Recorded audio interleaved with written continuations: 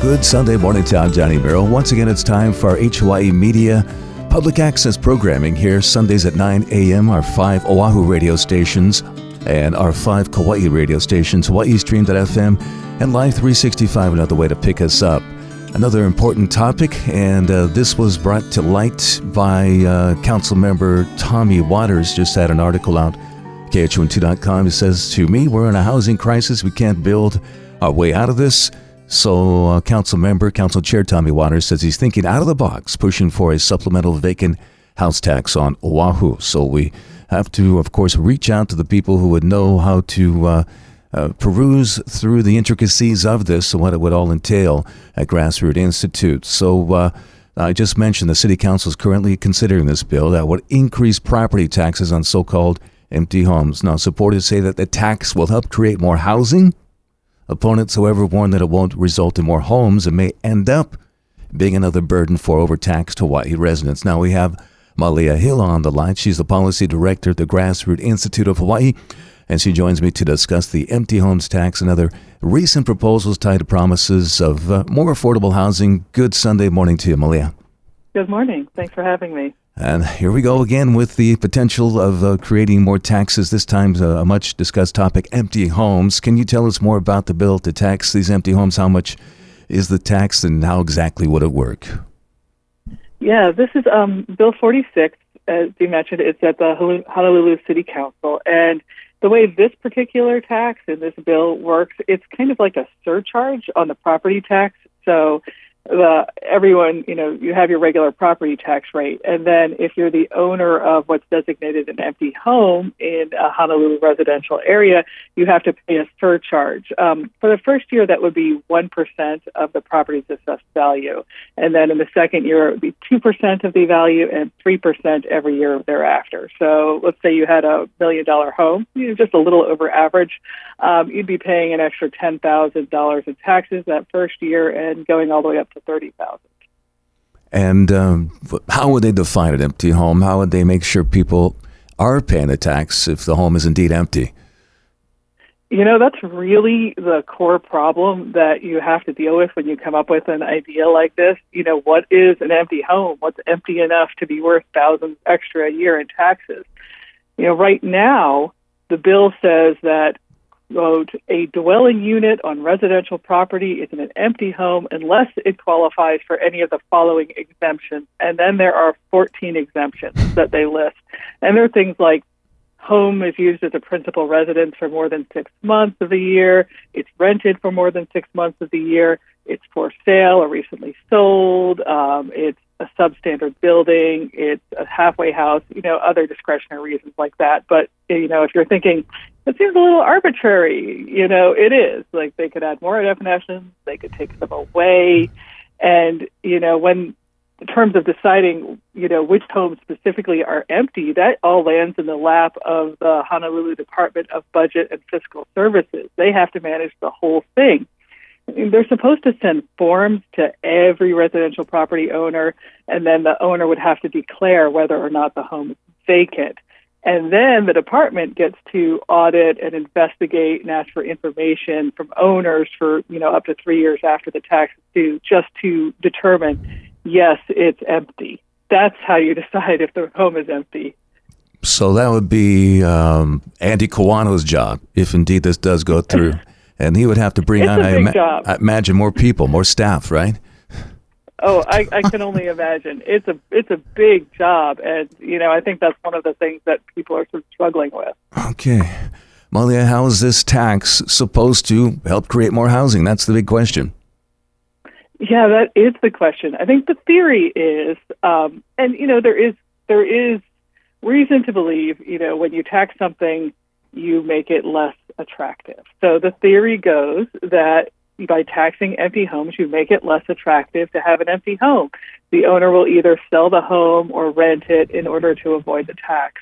And then this specific bill, it isn't sorted out yet because the bill is still in process, but it is supposed to put some of that tax revenue towards projects related to housing. Right now, it's about 20% goes to the Affordable Housing Fund.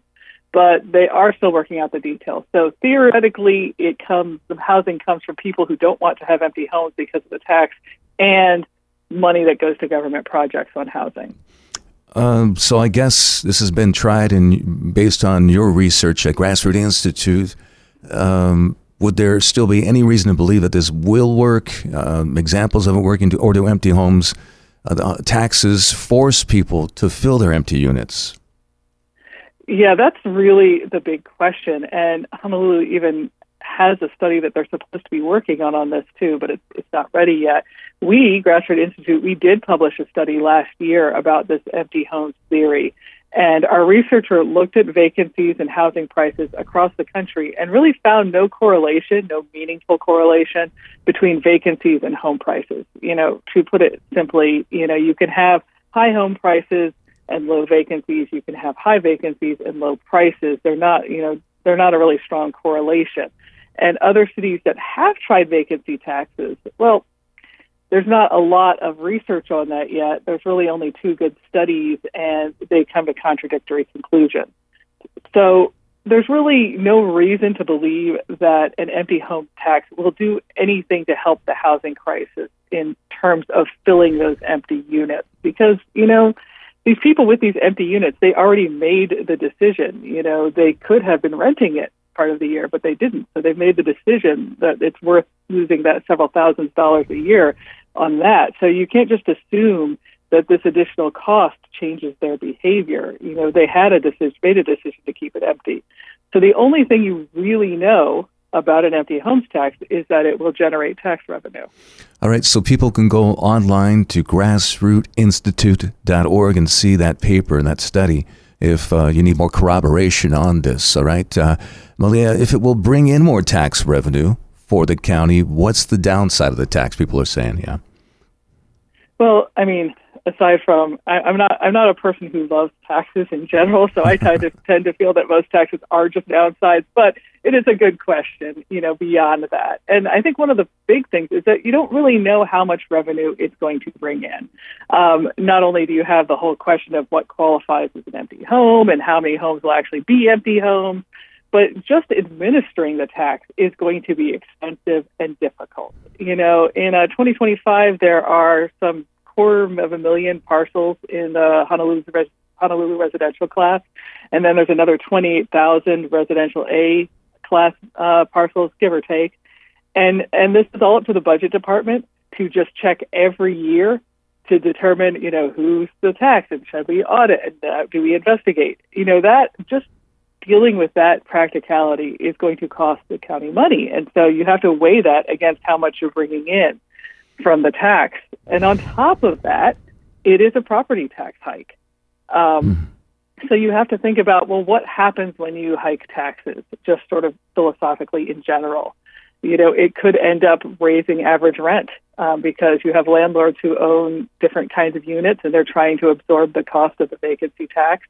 It could end up with empty homes leaving the market in terms of being possible rentals and just being sold to someone who can absorb that vacancy fee better. It could affect the housing market more generally in terms of price because you are changing the price of property. So there's a lot of ways that taxes affect the economy and the housing market in general, not just, in terms of who moves and whether houses are empty or not.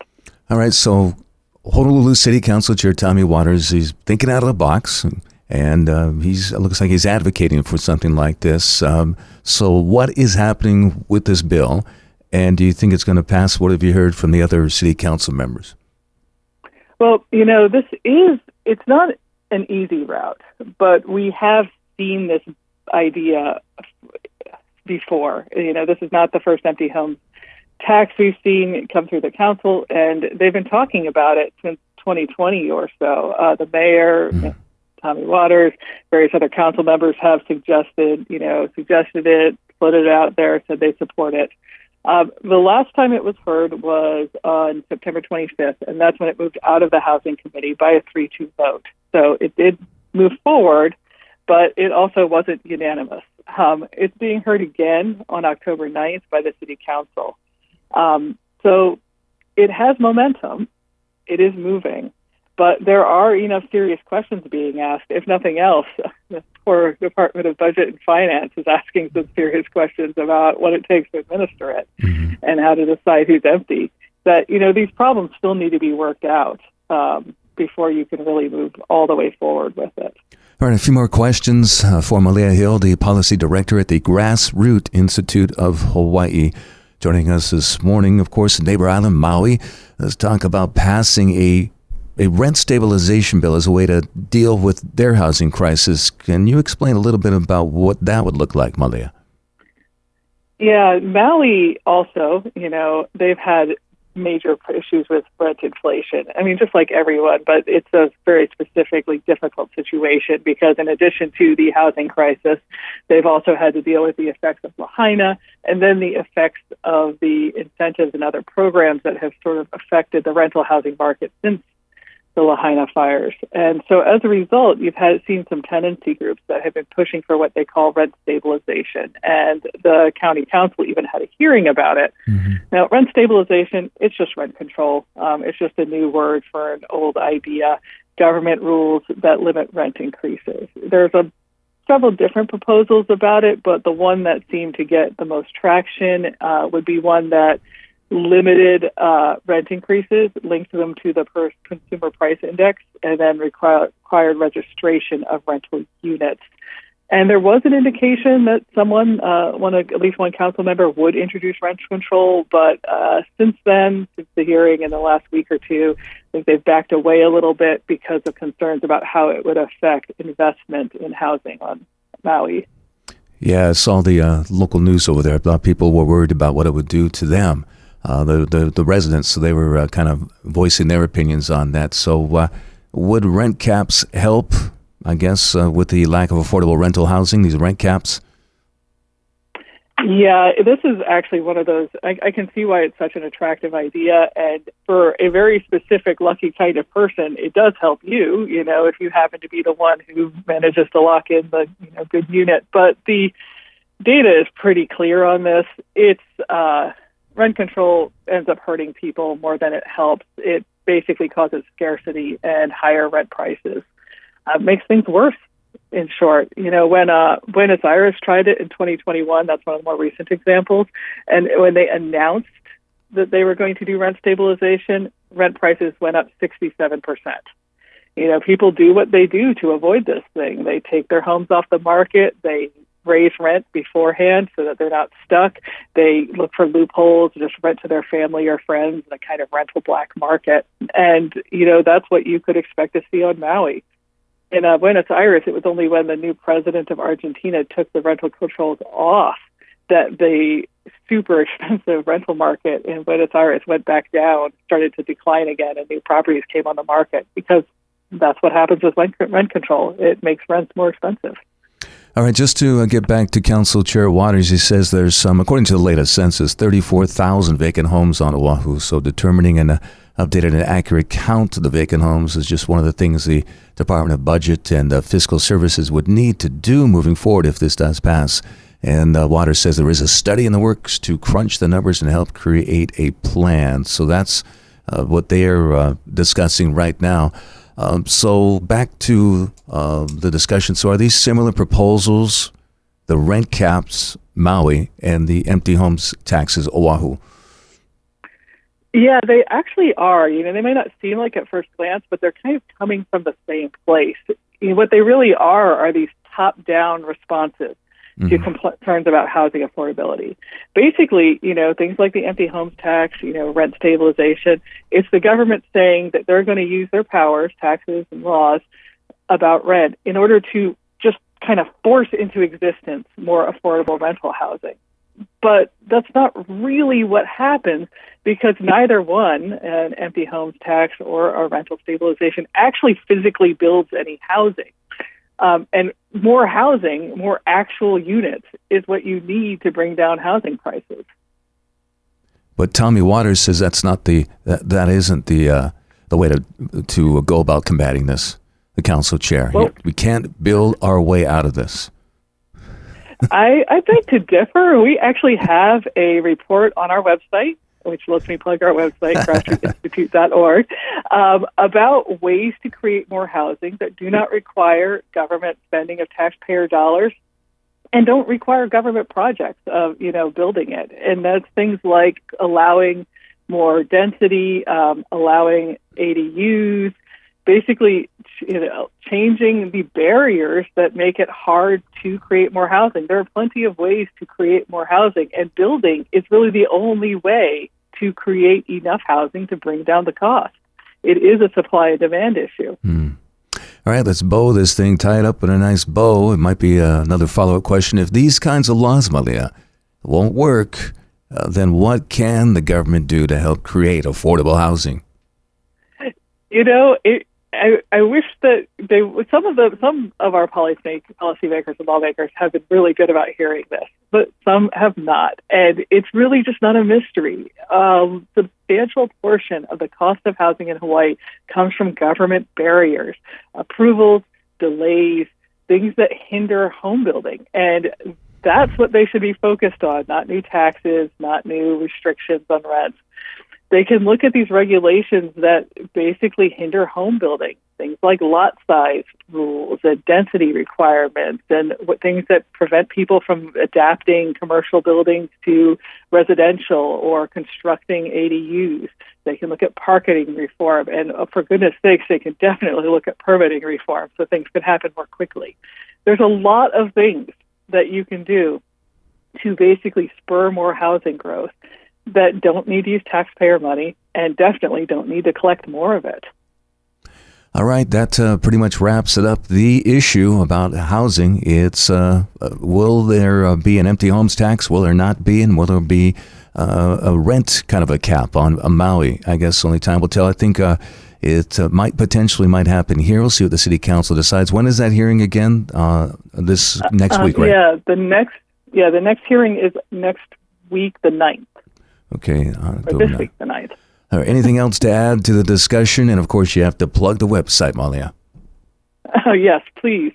Actually, there is a lot of good resources on this issue on the Grassroots Institute website, which is grassrootsinstitute.org, and I've written a lot about how to grow housing in Hawaii without making it more expensive and without having to use a lot of taxpayer money to do it. All right, thanks for once again joining us this morning. Enjoy the rest of your Sunday, and we'll be talking to you soon. That's Malia Hill from the Grassroots Institute of Hawaii. Malia, once again, great job. I look forward to our next discussion. Thank you.